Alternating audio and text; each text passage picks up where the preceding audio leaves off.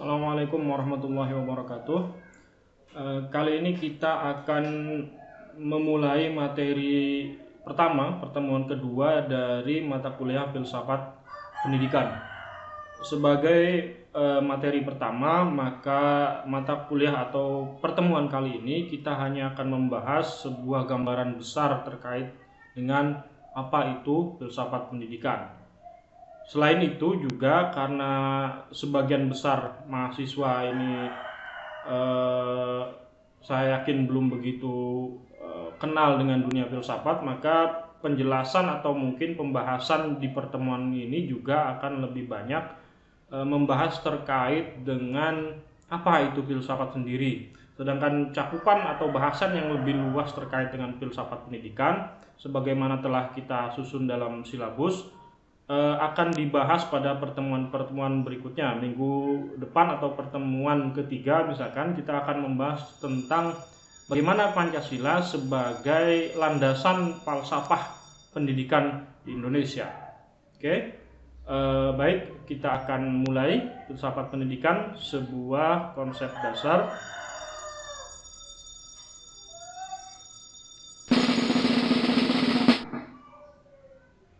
Ya.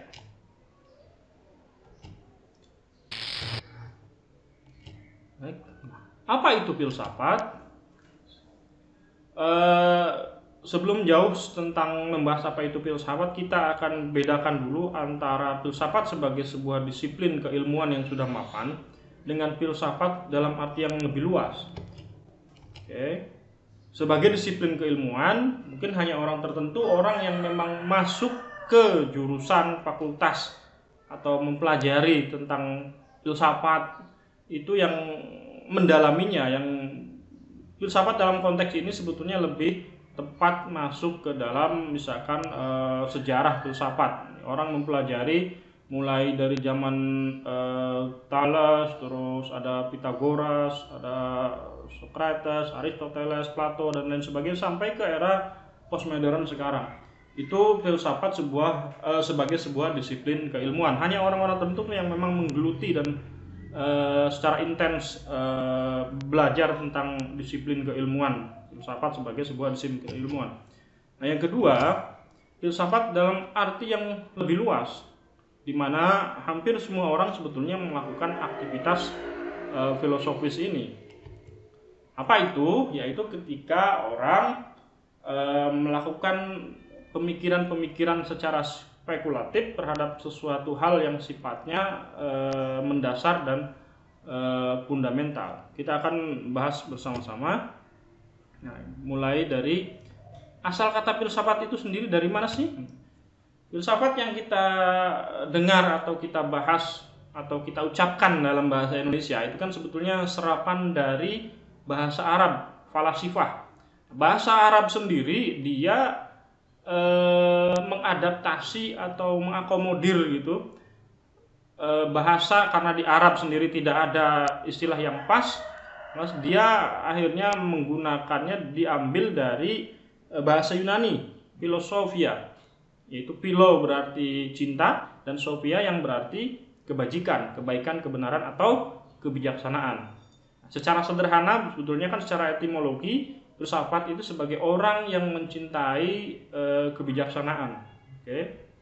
Nah, itu. Jadi dari proses pembentukan bahasa filsafat sendiri yang kita lacak misalkan dari bahasa Arab ternyata dari bahasa Yunani, ini memberikan kita pelajaran banyak hal, setidaknya bahwa ternyata peradaban atau keilmuan suatu wilayah, suatu daerah, suatu peradaban, suatu bangsa itu tidak bisa berdiri sendiri. Dia senantiasa akan dipengaruhi oleh peradaban-peradaban besar yang lebih maju di era sebelumnya.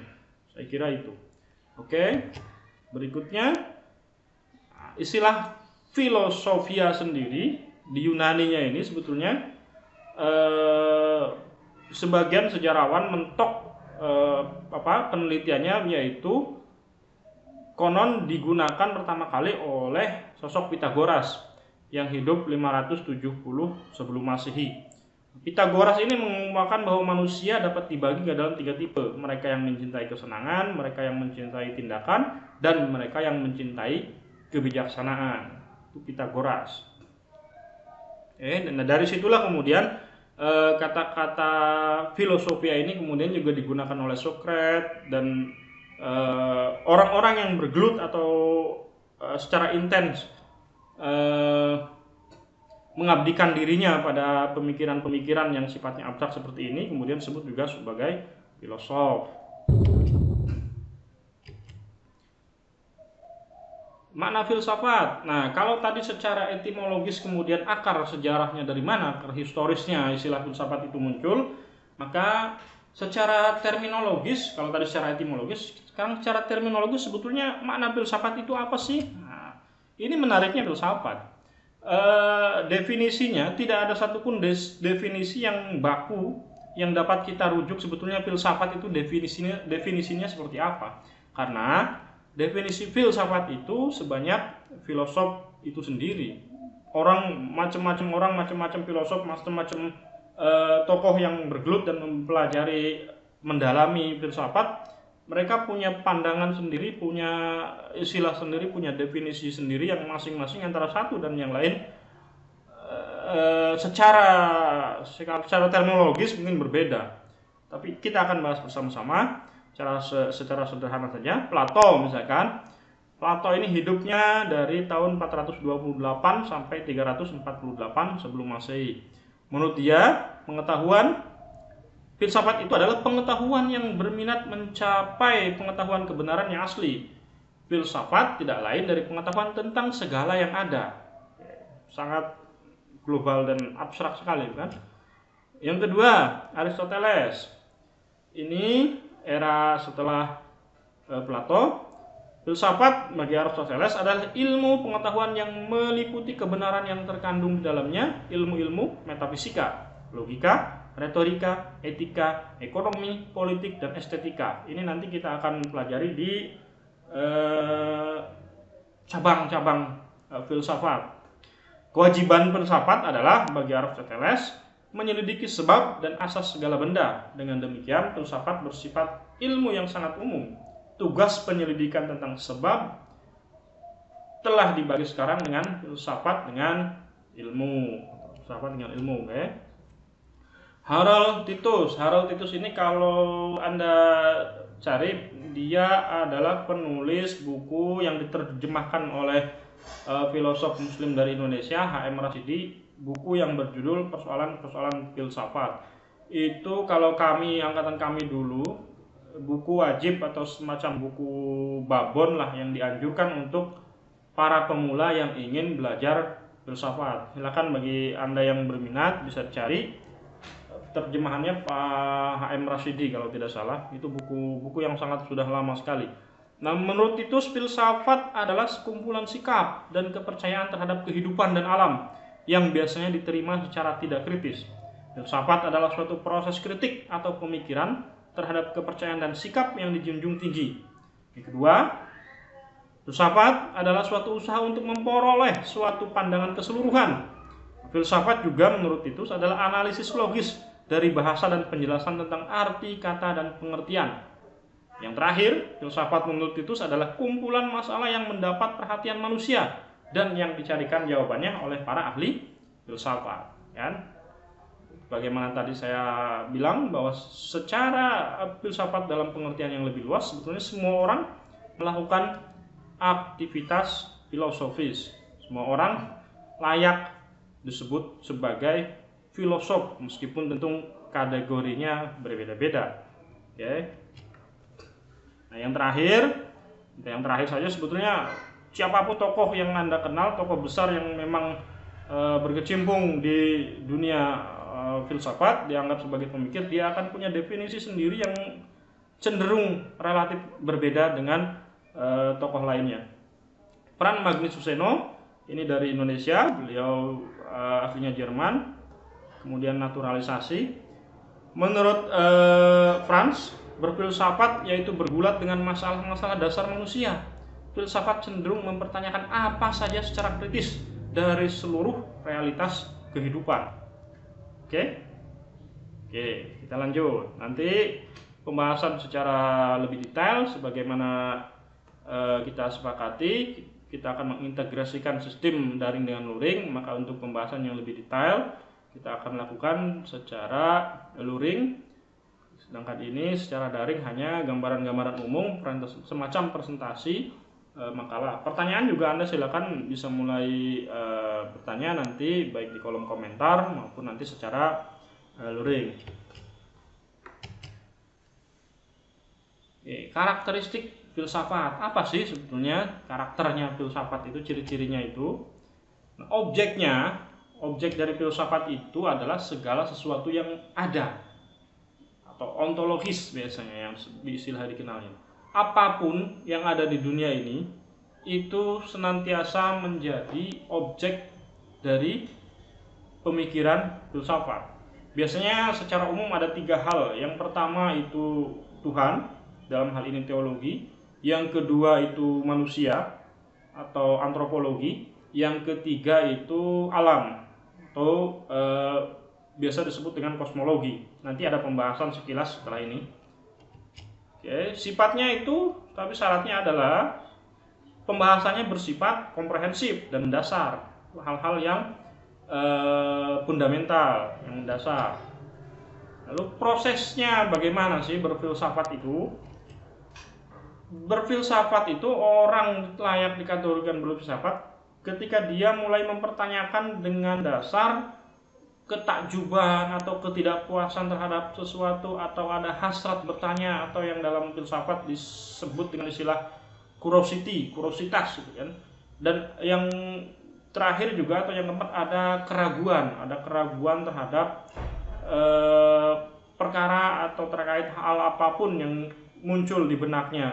Maka ketika dia mulai muncul keraguan, dia akan mulai mempertanyakan hal-hal tersebut, sehingga disitulah proses terjadinya proses filosof atau proses filsafat itu terjadi. Nah, tujuannya itu biasanya untuk menguji asumsi seperti yang tadi disebutkan, ketakjuban atau tidak puasan atau hasrat bertanya itu untuk menguji asumsi. Yang kedua juga sifatnya kontemplatif untuk pemuasan batinnya, dahaga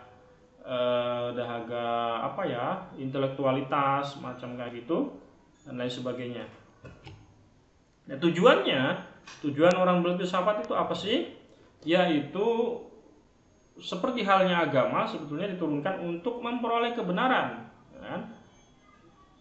Kalau agama diturunkan itu untuk petunjuk bagi kebenaran, nah kalau filsafat itu kan caranya mungkin. Kalau agama dia wahyu, kalau filsafat adalah rasionalis. Tujuannya sebetulnya sama, yaitu untuk memperoleh kebenaran.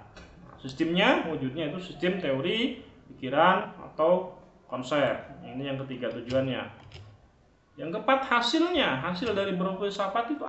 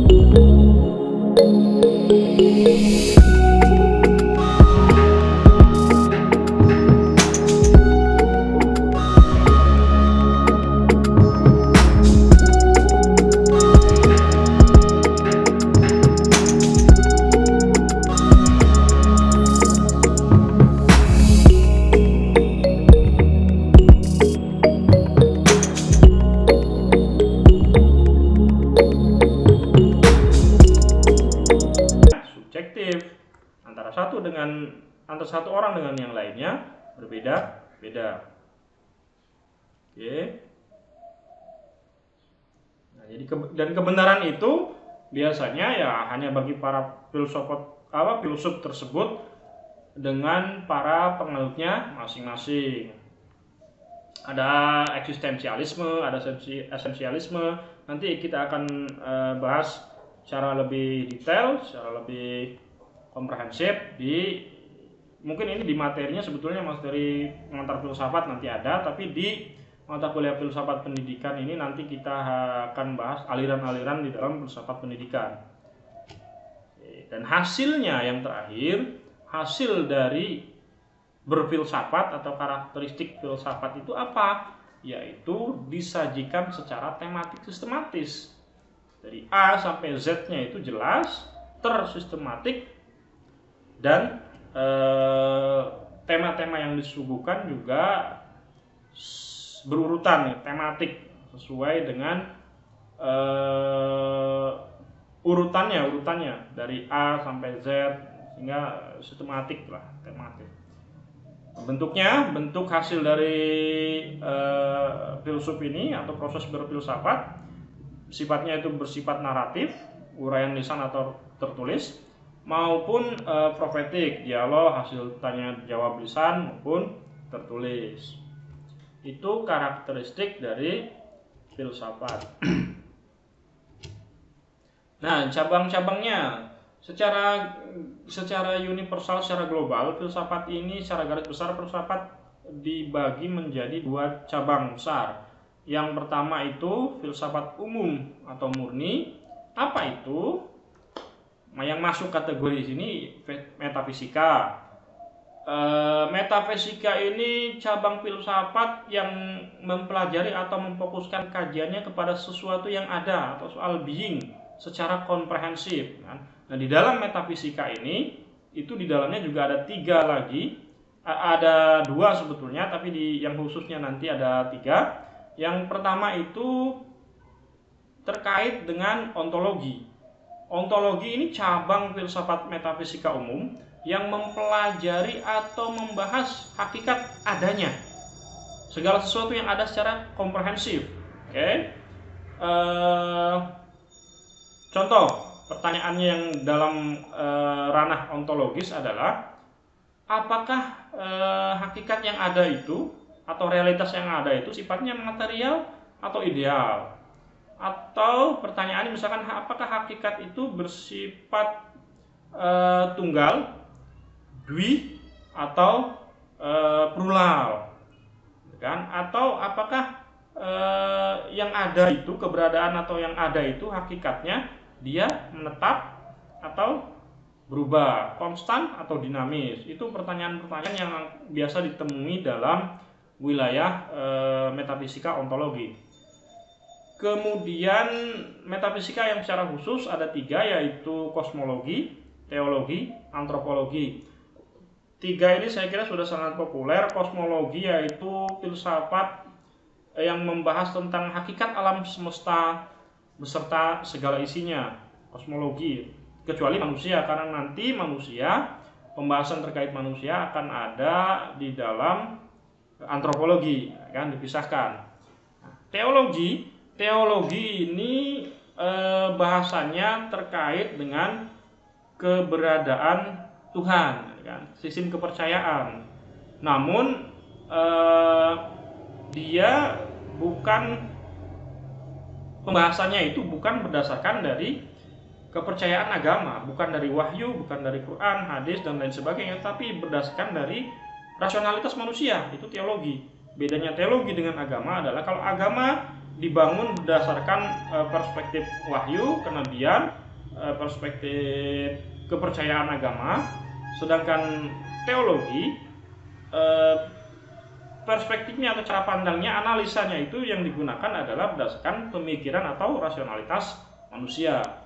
Nah, sekarang antropologi adalah ini kalau antropologi cabang dari metafisika khusus yang mempelajari tentang manusia, hakikatnya, terus siapa sih manusia itu, misalkan pertanyaan ciptaannya, ciptaan Tuhan atau muncul dari mana sih manusia itu.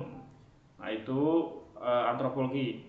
Dia memisahkan sendiri dengan kosmologi, karena di antropologi sendiri kan membahas manusia sendiri sebetulnya pembahasan yang tidak akan pernah usai, karena begitu banyaknya keunikan manusia, antara satu dengan yang lainnya pun sangat unik, apalagi ketika kita membahas secara keseluruhan. Oke. Nah, filsafat umum yang kedua itu cabangnya adalah ada epistemologi. Epistemologi ini pembahasannya terkait tentang hakikat pengetahuan. Oke, sumber-sumber pengetahuan, cara memperoleh pengetahuan, ini masuk dalam ranah epistemologi wilayahnya, dikenal dengan epistemologi. Oke. Nah, yang ketiga, cabang dari filsafat umum atau murni itu ada logika. Logika ini bahasanya terkait dengan asas-asas atau aturan, prosedur, dan kriteria penalaran, kan? Rasionalitas yang benar dan baik itu bagaimana, logika, cara berpikir yang tertib, kemudian membuat kesimpulan atau konklusi yang baik dan benar itu bagaimana. Ini ada, kalau tidak salah kita akan bahas di pertemuan ke-5 atau 6 nanti. Kemudian yang keempat ada aksiologi. Aksiologi ini juga di dalamnya masuk ada etika dan estetika. Aksiologi ini bahasanya terkait dengan hakikat atau substansi dari nilai. Etika bahasanya terkait dengan baik jahat, baik buruk manusia, perilaku. Maka karena ini sekali lagi aksiologi terkait nilai, sedangkan estetika ini terkait dengan keindahan. Makanya istilah ini sering kita temukan di bidang seni, sastra, dan lain sebagainya. Karena estetika sebagai cabang aksiologi ini bahasanya terkait soal keindahan. Jadi kalau etika itu soal baik dan benar, atau jahat dan benar, buruk dan baik, maka estetika terkait dengan indah atau tidak, keindahan. Ya. Yang kedua, secara global, secara umum, filsafat juga selain filsafat umum tadi, yaitu atau filsafat murni, kita akan temukan juga filsafat khusus. Nah, filsafat khusus ini filsafat yang sudah masuk ke dalam kategori disiplin ilmu-ilmu tertentu. Ada filsafat pendidikan, ada filsafat ilmu, dan lain-lain sebagainya, filsafat politik dan lain sebagainya. Jadi filsafat yang sudah secara spesifik masuk ke dalam disiplin keilmuan tertentu. Kita mulai masuk ke filsafat pendidikan. Sekali lagi bahasan kita terkait filsafat pendidikan ini tidak akan begitu mendalam maupun lebar, karena ini pengantar, dan pertama ini pengantar, yang kedua nanti bahasan lebih mendalam akan kita bahas di mulai pertemuan ketiga sampai pertemuan ke-15 ya, sampai pertemuan ke-15. Oke, karena kita sudah bagikan sesuai dengan silabus dan tugas masing-masing. Filsafat pendidikan dimaknai ini definisi dari Pak Bernardin. Filsafat pendidikan pada dasarnya merupakan penerapan suatu analisis filosofis terhadap lapangan pendidikan. Jadi filsafat pendidikan adalah cara berpikir filsafat yang kemudian disuntikan ke dalam ranah pendidikan. Kan analisisnya cara berpikir filsafat filosofis yang kemudian digunakan menjadi cara pandang di dalam ranah pendidikan. Sederhananya seperti itu. Oke, lalu apa sih fungsinya filsafat bagi pendidikan? Yang pertama, berfilsafat berarti mencari nilai-nilai ideal atau cita-cita yang lebih baik, sedangkan pendidikan mengaktualisasikan nilai-nilai ini dalam kehidupan manusia. Pendidikan bertindak mencari arah yang terbaik dengan berbekal teori pendidikan yang diberikan antara lain oleh pemikiran filsafat. Jadi filsafat sekali lagi sebagai sebuah proses kerja pemikiran, dia tentu sangat punya kontribusi seharusnya bagi ranah pendidikan, terutama terkait dengan teori-teori pendidikan yang dianggap terbaik atau yang dianggap cocok. Karena sebagaimana kita tahu, teori-teori pendidikan pun tidak tunggal, dia beragam dan bukan hanya berdasarkan tokohnya, melahirkan tokoh teori pendidikan apa, tetapi juga harus dilihat konteks sosio-kultural masyarakat yang ada di sekitarnya. Sekarang mungkin yang sedang ngetren model pendidikan ala Finlandia, tapi ke depan tidak tahu apakah model pola pendidikan ala Finlandia ini cocok diterapkan untuk misalkan masyarakat di Indonesia atau tidak. Itu perlu uji lebih dalam lagi. Yang kedua, filsafat mengadakan tinjauan yang luas terhadap realita termasuk manusia. Maka dibahaslah antara lain pandangan dunia dan pandangan hidup. Konsep-konsep ini selanjutnya menjadi dasar atau landasan penyusunan tujuan dan metodologi pendidikan. Next. Baliknya, pengalaman pendidik dalam realika menjadi masukan dan pertimbangan bagi filsafat untuk mengembangkan pendidikan yang ada. Oke.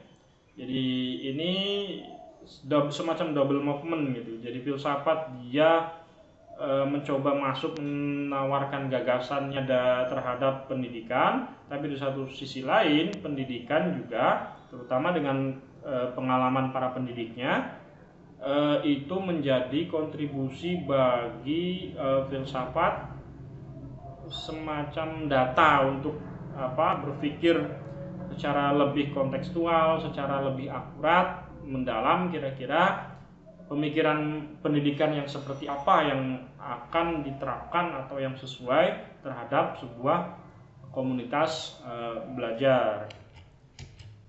Berikutnya, ruang lingkup filsafat pendidikan itu, yang pertama, dia merumuskan secara tegas sifat hakiki pendidikan. Filsafat pendidikan ini ada 6 ruang lingkupnya. Yang pertama, merumuskan secara tegas sifat hakikat pendidikan itu seperti apa sih, gitu kan, sifatnya. Nah, yang kedua, merumuskan hakikat manusianya sendiri.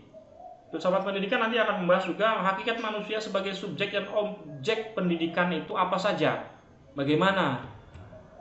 Tadi makanya ada kajian antropologi, ini masuk ke kontribusi filsafat pendidikan di sini, wilayah antropologi, misalkan bagaimana kultur sebuah masyarakat tertentu, apakah sistem atau pola pendidikan yang sekiranya tepat diterapkan di daerah atau kultur masyarakat itu yang seperti apa, ini nanti harus dilihat dulu sebetulnya karakter dari manusianya, hakikat manusianya itu nanti jadi yang kedua, merumuskan ruang lingkupnya ya. Yang ketiga, hubungan antara filsafat pendidikan, agama, merumuskan relasi antara filsafat misalkan dengan pendidikan itu seperti apa sih, ya kan.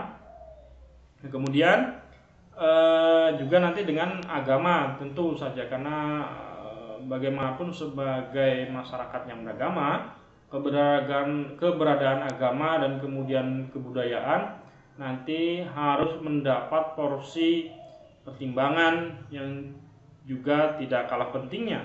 Bahkan dalam beberapa hal konsep-konsep dari agama atau pemahaman-pemahaman dari agama maupun sistem kebudayaan yang ada kadang-kadang mendominasi bagi terbentuknya sistem pendidikan itu sendiri.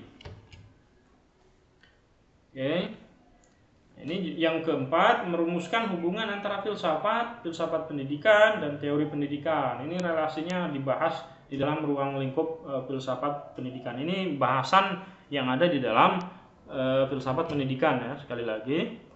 Yang kelima, merumuskan hubungan antara filsafat negara, ideologi, filsafat pendidikan, dan politik pendidikan.